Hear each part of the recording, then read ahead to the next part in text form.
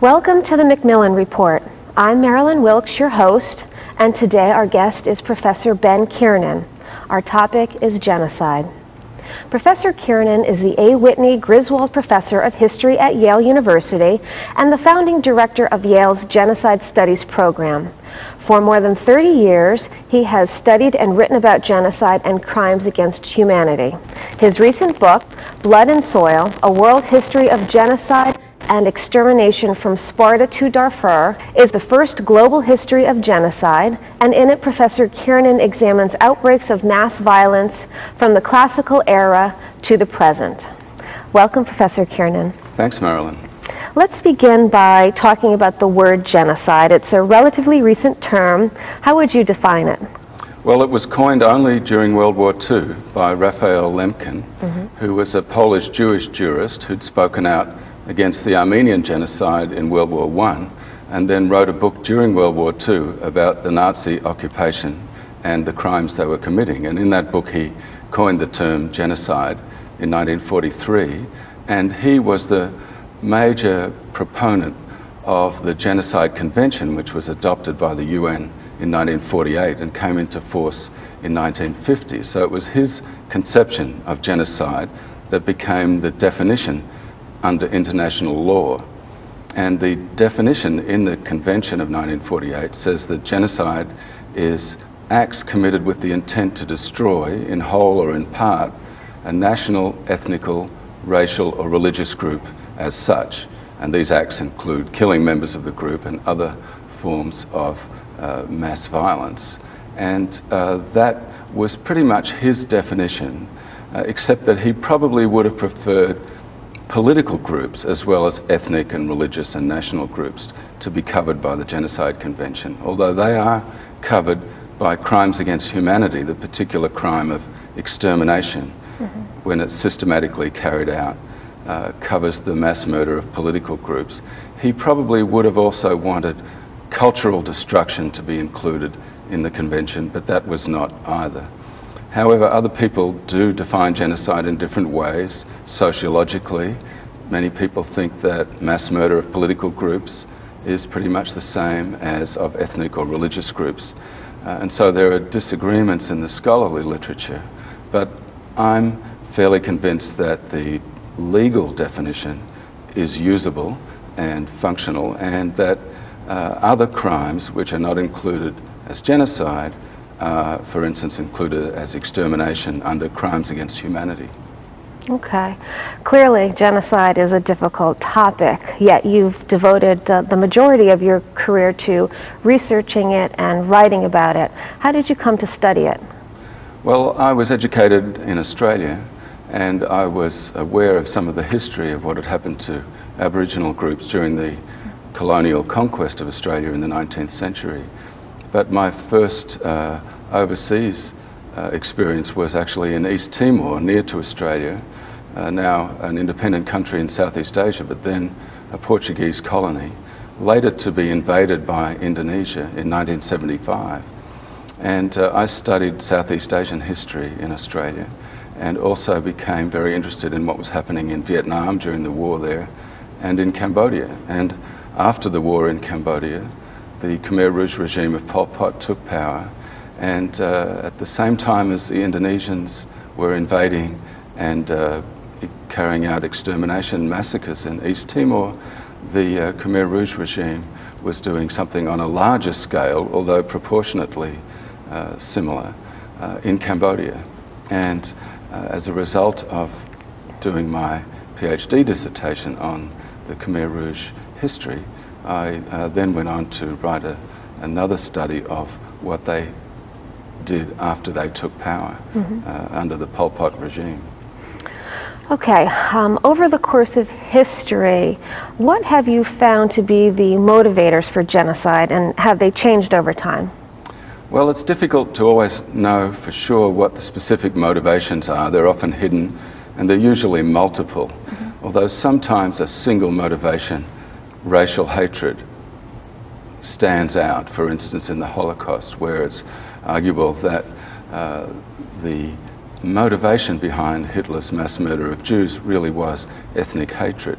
although the word motive is not mentioned in the Genocide Convention, and it covers cases where genocide could be a means rather than a motive. And so, for instance, driving a population away could be the motive, and committing genocide against part of a group would be a means of conquering a territory or carrying out ethnic cleansing.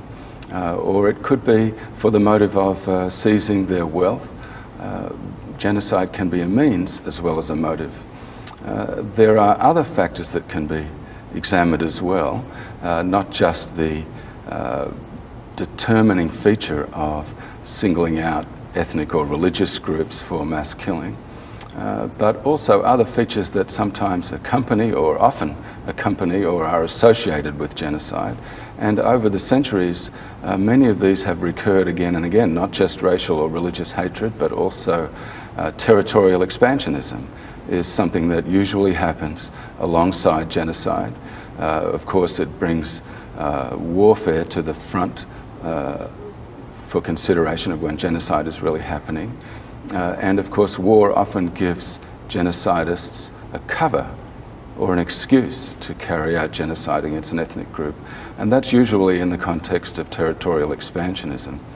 Another couple of ideological features in the mindset of perpetrators that recur pretty much on and on through the centuries are a fetish with antiquity, a concept of a pristine, ancient people, usually farmers, who have been somehow contaminated or disturbed by foreign settlers or invading pastoralists. And in the case of the Nazis, or I would say the Hutu chauvinist regime which committed the genocide in Rwanda, or in Cambodia under the Khmer Rouge, there is this concept of an ancient past where the ethnic population of Germans or Hutus or Khmers were living in pristine calm, but have since become invaded by minorities, whether it be Jews or Tutsis or Vietnamese or other minorities in Cambodia. And those minorities become targets for the exterminatory ideology and practice of the regime. So that concept of an ancient model and also of the agrarian paradise in some cases that was supposedly in existence in the past is also an imaginative feature of the ideology of genocidists. They tend to target city populations rather than farmers, although farmers can also be caught up in the violence because the perpetrators are usually urban themselves, but they romanticize the rural landscape and rural occupations and the virtues, particularly as soldiers, of farmers. And of course they sometimes target not just city populations but other non-farming rural populations, including cattle raisers or other pastoralists or hunter-gatherers, whether it be the Tutsi pastoralists in Rwanda or Aboriginal groups in North America and Australia, who are considered to be inadequate farmers of the land. And that feature often does accompany genocidal ideology as well. Okay, so what are some of the key factors that you found to be precursors to genocide, and are you seeing any of these today? Well, territorial expansionism, the envisaging of extending territory, whether it is conquering, again, territory that has been long lost to a neighbouring country in the past, the vision of extending territorial power and what should be done with the land is an important precursor that can be seen sometimes in the advanced propaganda of genocidal regimes, as well as this concept of the past that needs to be restored. Lost territory goes along with that. And so militaristic states also can be considered precursors of genocide.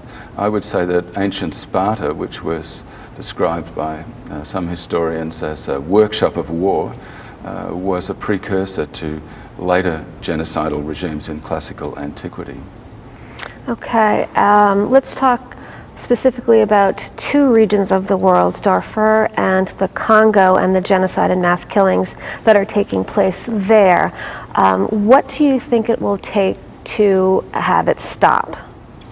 Well, I think Darfur has received much less attention than it deserves as an ongoing case of genocide, which could be restrained, at least, if not stopped. Since 2003, the catastrophe there has received a good deal of attention, but the actual implementation of measures to stop the genocide or to punish the perpetrators have been insufficiently taken up.